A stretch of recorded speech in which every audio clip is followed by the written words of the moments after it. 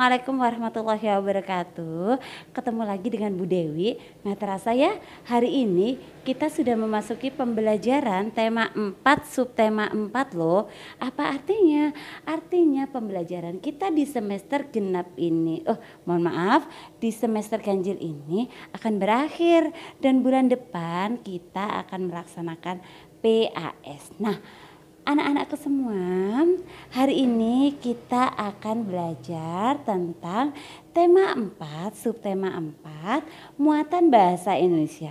Yang akan kita pelajari hari ini adalah tentang hidup bersih dan sehat di tempat umum. Nah, agar Allah selalu memberikan kebahagiaan, memberikan kemanfaatan pada setiap apa yang kita pelajari, yuk kita awali pembelajaran kita pada pagi hari ini dengan bacaan Quran.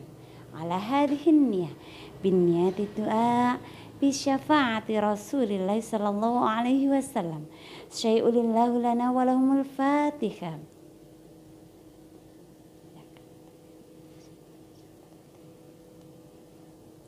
Nah, anak-anakku sayang, apa saja sih yang akan kita pelajari pada hari ini? Yuk kita lihat saja yang berikut ini. Tempat umum itu apa sih? Tempat umum itu adalah tempat yang kita gunakan secara bersama-sama. Artinya tempat umum itu adalah tempat milik bersama. Sehingga kebersihannya harus kita jaga. Supaya apa? Supaya kita sesama pengunjung saling merasa nyaman dan aman. Lalu, apa saja sih yang termasuk tempat umum? Tempat umum itu ada jalan raya. Kemudian ada pasar.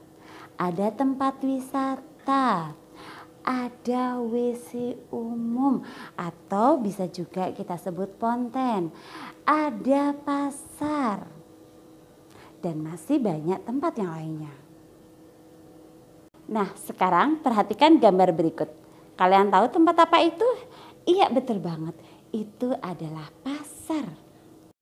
Nah, apa yang kalian temukan dari gambar itu? Coba perhatikan. Banyak sampah, betul. Kalau sudah banyak sampah, kira-kira apa yang terjadi? Kotor, bau, kemudian apa lagi coba? Becek. Menurut kalian penyebabnya apa coba?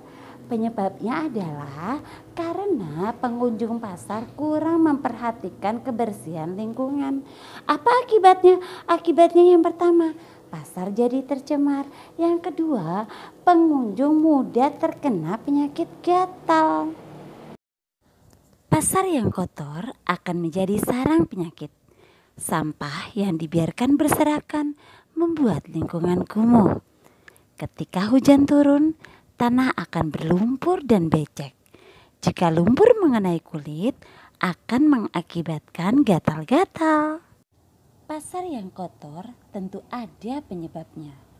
Pasar kotor karena kurangnya kesadaran pengguna pasar menjaga kebersihan. Pedagang dan pembeli banyak yang membuang sampah sembarangan. Sudah seharusnya kita peduli kebersihan lingkungan. Hidup bersih itu sehat. Nah, sekarang perhatikan gambar berikut. Coba, kira-kira gambar apa itu? Iya betul, itu adalah WC umum atau ponten umum ya, biasa kita temukan di terminal atau di tempat-tempat umum lainnya. Nah, coba kalian perhatikan dari gambar itu apa yang kalian temukan? Iya betul banget, banyak sampah ya, banyak sampah berserakan, kemudian becek karena air dibiarkan tergenang. Nah, menurut kalian kira-kira penyebabnya apa? Iya betul banget. Jadi penyebab kotornya lingkungan itu karena pengunjung tidak menjaga kebersihan lingkungan. Pengunjung tidak peduli dengan kebersihan lingkungan. WC umum yang kotor banyak penyebabnya. Hal ini terjadi karena banyak pengunjung yang tidak peduli lingkungan. Banyak yang membuang sampah sembarangan. Sampah yang dibuang dapat menyumbat saluran air. Air akan menjadi tergenang. WC umum yang tersumbat harus segera dibersihkan.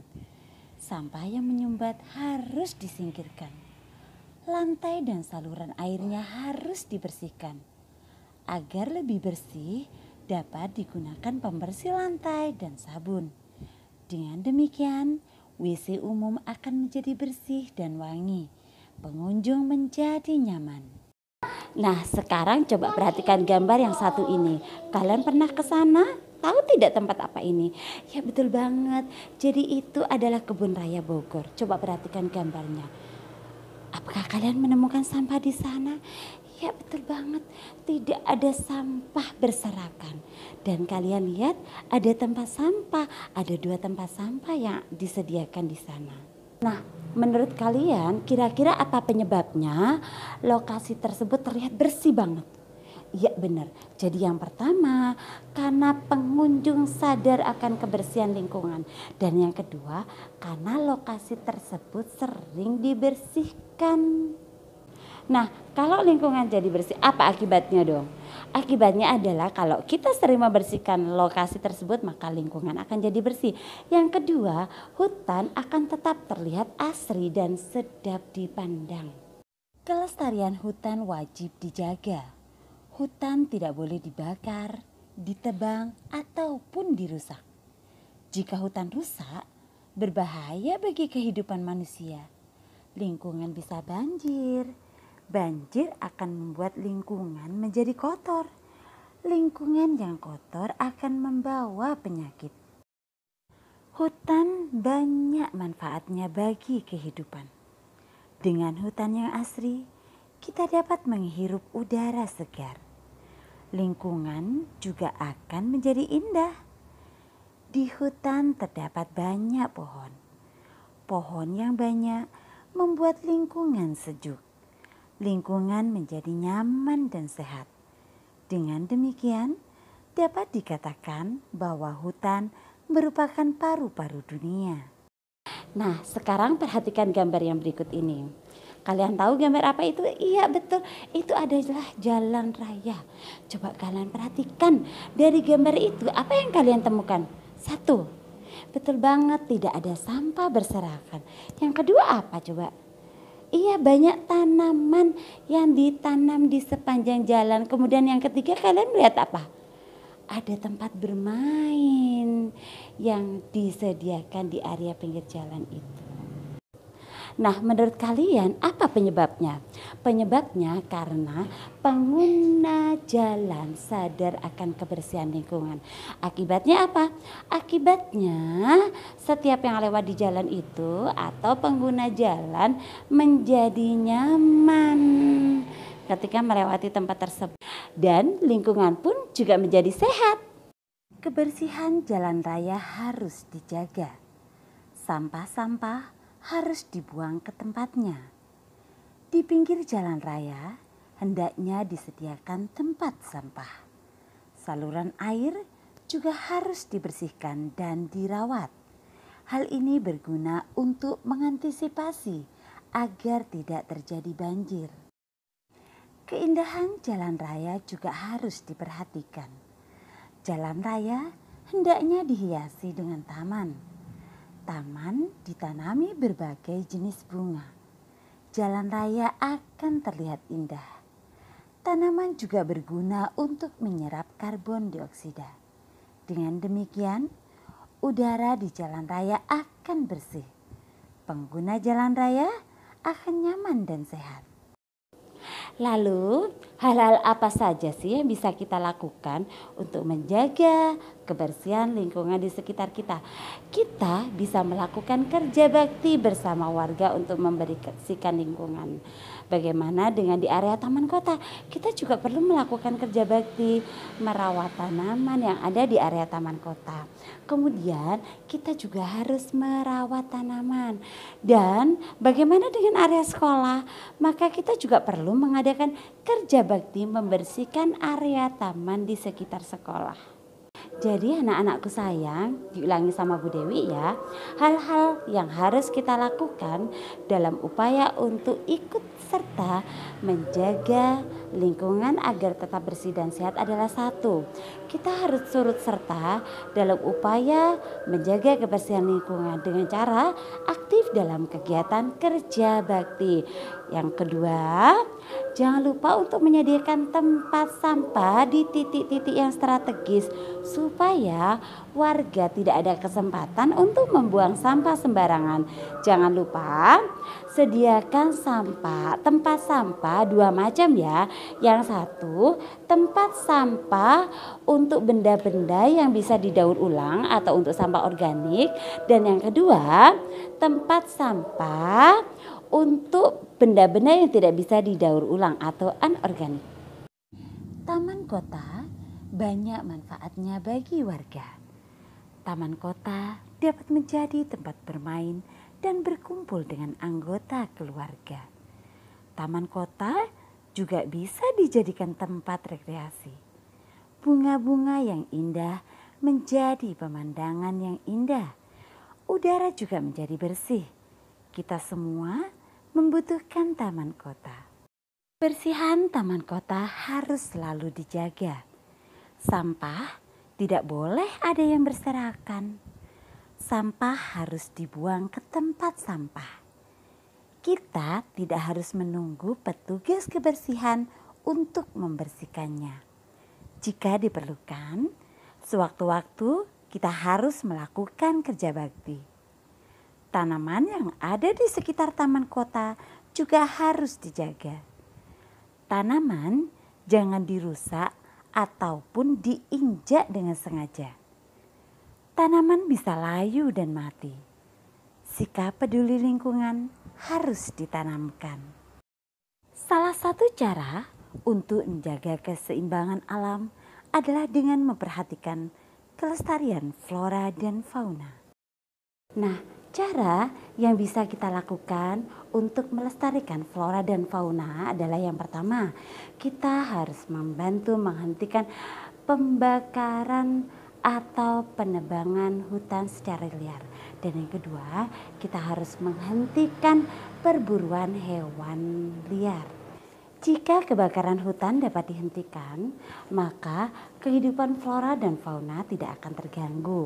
Kehidupan flora dan fauna juga tidak akan rusak dan punah, sehingga kesehatan manusia pun juga tidak terganggu akibat dari asap kebakaran yang bisa menyebabkan kematian. Dan jika penebangan hutan secara liar dapat dihentikan, maka kehidupan flora dan fauna akan tetap terjaga dan akan terhindar dari kepunahan. Dan jika perburuan hewan liar dapat dihentikan, maka kehidupan fauna atau hewan akan terjaga sehingga terhindar dari kepunahan. Jika kelestarian flora dan fauna terjaga, hutan akan tetap asri. Hewan akan terjaga dari kepunahan dan kehidupan manusia serta kesehatan manusia tidak akan pernah terganggu. Dan selanjutnya kita akan belajar tentang makna kata. Makna kata yang pertama adalah tentang karya wisata. Karya wisata adalah kunjungan ke suatu objek dalam rangka untuk menambah pengetahuan. Kemudian tanaman hias. Tanaman hias adalah tanaman yang digunakan sebagai hiasan. Hutan lindung adalah kawasan hutan yang dilindungi oleh pemerintah. Kerja bakti adalah suatu bentuk kegiatan bersama yang bertujuan untuk menyelesaikan suatu pekerjaan. Daur ulang adalah suatu proses menjadikan barang bekas menjadi barang baru. Tata kota adalah pola perencanaan suatu kota dalam rangka untuk membangun. Sakit adalah berasa tidak nyaman di tubuh karena sesuatu, misalnya demam, flu, dan sebagainya. Gatal adalah berasa sangat geli pada kulit. Tercemar adalah ternoda atau kotor. Demikianlah pembelajaran kita hari ini tentang hidup bersih dan sehat di tempat umum. Banyak banget ya yang kita pelajari hari ini. Kita juga belajar tentang makna kata, kita juga belajar tentang penyebab dan akibat ketika kita tidak menjaga lingkungan. Kita juga belajar tentang bagaimana cara-cara kita menjaga lingkungan agar tetap bersih dan sehat. Mudah-mudahan ada manfaatnya. Marilah kita tutup pembelajaran kita hari ini dengan membaca hamdalah dan doa kafaratul majelis. Alhamdulillahirrabbilalamin. Subhanakallahumma wa bihamdika asyhadu an la ilaha illa anta astaghfiruka wa atubu ilaik. Assalamualaikum warahmatullahi wabarakatuh. Sampai bertemu di pembelajaran dengan Bu Dewi berikutnya.